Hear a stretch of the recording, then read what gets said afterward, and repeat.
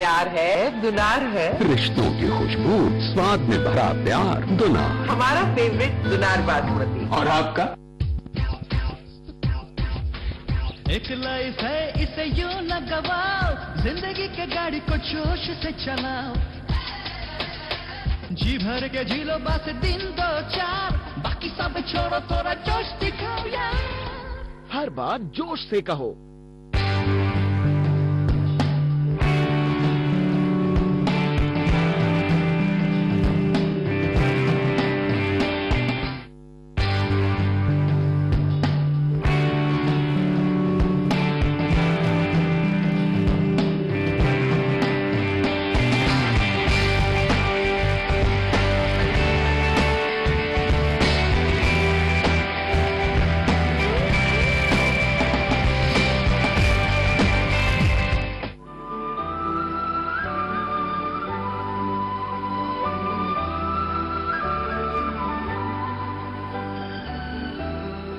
रोज का तनाव, junk food और जाने कितने कारण हैं वेट गेन के, पर सॉल्यूशन सिर्फ एक है, time slimming T. Time slimming T, perfect slimming solution.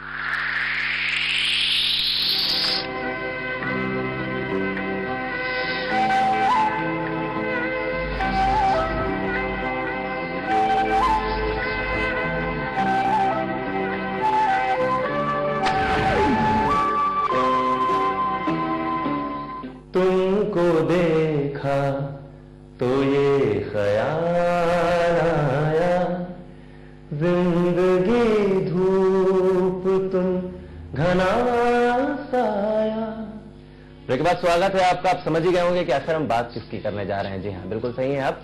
हम बात करने जा रहे हैं जगजीत सिंह की, सुरों के सम्राट, गजल सम्राट जगजीत सिंह की। बहुत सारी चीजें भी इनकी जिंदगी से भी जुड़ी रही हैं। अगर कहा जाए मनोज जी, तो कई चीजें इन्होंने देखी।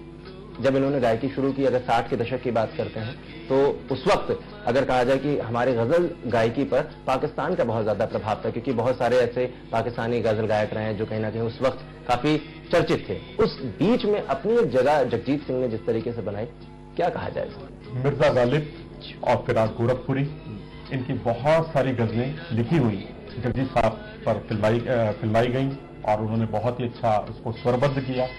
और बाद के दौर में देखें तो निदा फाजली साहब, वो उनके लिए नियमित रूप से लिखने लगे। निदा फाजली साहब, आपको याद होगा, हर किसी को मुकम्मल जहां नहीं मिलता। और उसके बाद आपको याद होगा कि एक फिल्म आई थी सरस्वती चंद, जिसमें एक गाना था चंदन सा बदन चंचल चितवन, मुकेश साहब पर फिल्माया गया। मुकेश साहब ने गाया था उस गाने को।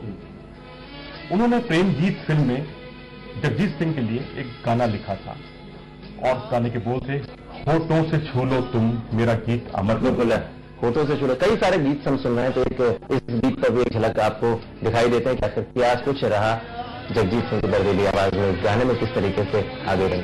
तो देखे केवल मन नई रीत चला कर तू, ये रीत अमर कर दू, नई रीत चला कर तू, ये रीत अमर कर दू।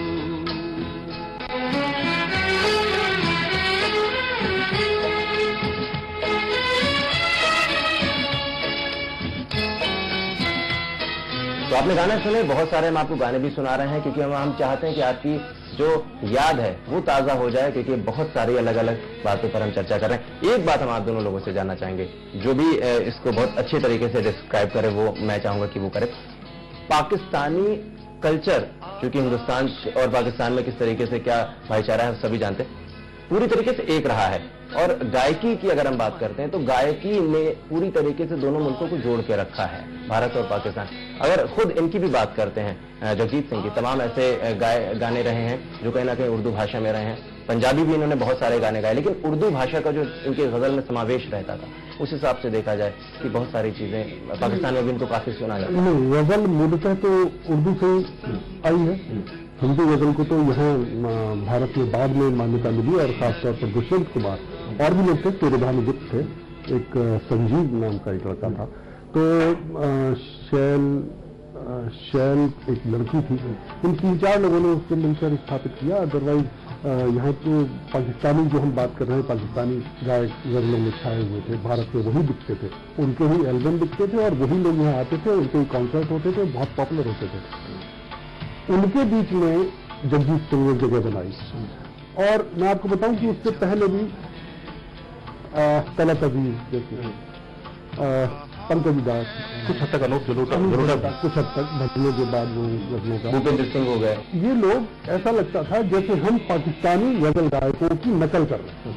लेकिन इन्होंने जगजीत सिंह की खूबी यही थी, यही रही कि उन्होंने गजल को पूरे देश में कहना चाहिए अपना पंथा लगा। अपने पूरे देश में जो व्याप्ति थी जगजीत सिंह की, वो इनकी बहुत बड़ी उपलब्धि है। पूरे देश में उनको ये माना जाए कि एक भारतीय सिंगर ऐसा है जो पाकिस्तान के गजल गायकों से टक्कर ले सकता है, वो ये नाम। बिल्कुल, तो हम लोग यहाँ पर तमाम बातें करें, लेकिन हिंदी टीवी स्क्रीन की हम बात करते हैं। अगर किस तरीके से पहचान मिली, किस तरीके से लोग उनको जानने लगे कि हाँ जगजीत सिंह एक है जो कि गजल गाते हैं, और उनकी सबसे बड़ी बात कि उनकी रूहानी आवाज जो थी वो लोगों के दिलों तक जाके पहुंचने लगी और लोग उनसे जुड़ गए। टीवी पर एक सीरियल आता था मिर्जा गालिब, नसीर साहब ने उसमें एक्टिंग की थी, जगजीत सिंह की प्रोडक्शन थी, जगजीत सिंह ने उस गाने को गाया था, बहुत ही स्वरबद्ध किया था, बहुत ही बेहतरीन आवाज में। ये कहिए कि इतनी मिठास थी उनकी आवाज में, इतना दर्द छिपा हुआ था, और उनकी जो जाती जिंदगी है वो उसका असर जरूर उनके गानों में दिखाई देता था।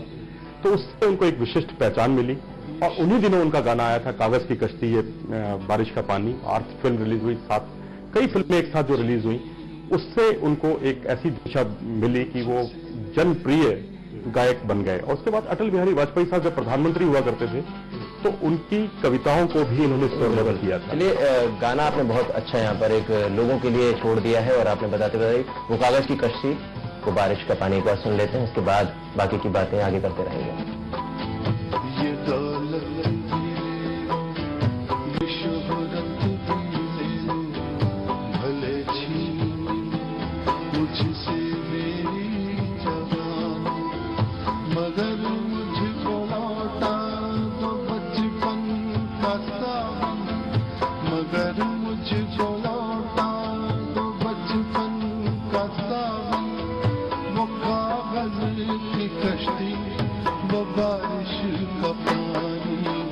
तो आपने सुना एक बहुत ही प्यारा, बहुत ही सुरीला नगमा जगजीत सिंह की आवाज में। लेकिन हम लोग बात कर रहे हैं तमाम अलग अलग पहलुओं पर जगजीत सिंह की, कि किस तरीके से वो जुड़े रहे संगीत के साथ में, कभी छोटा नहीं समझा। नीम का पेड़ एक कार्यक्रम आता था, आपको याद होगा, उसमें था एक उनका गाना, उससे टाइटल सॉन्ग में उन्होंने गाया कि मुंह की बात सुने हर कोई, दिल के दर्द को पहचाने ना। तो वो भी चीजें जो रही कहीं ना कहीं उनकी शख्सियत को अजीम बनाती हैं। किसी काम को वो छोटा समझे ऐसा तो उनकी शख्सियत में था नहीं, क्योंकि उन्होंने पार्टियों में और शादियों तक में गाया जाकर, और लेकिन वो कहना चाहिए कि वो उन दिनों में गाया जब उन्हें जरूरत थी, और वो कमाने के लिए इस तरह के काम भी कर रहे थे।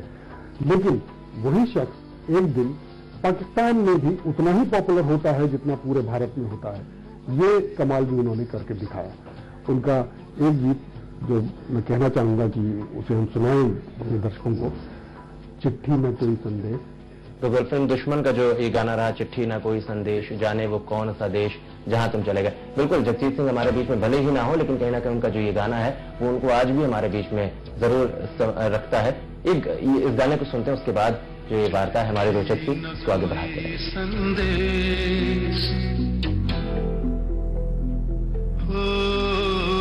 चिट्ठी न कोई संदेश, जाने वो कौन सा देश जहां तुम चले गए। चिट्ठी न कोई संदेश, जाने वो कौन सा देश जहां तुम चले गए।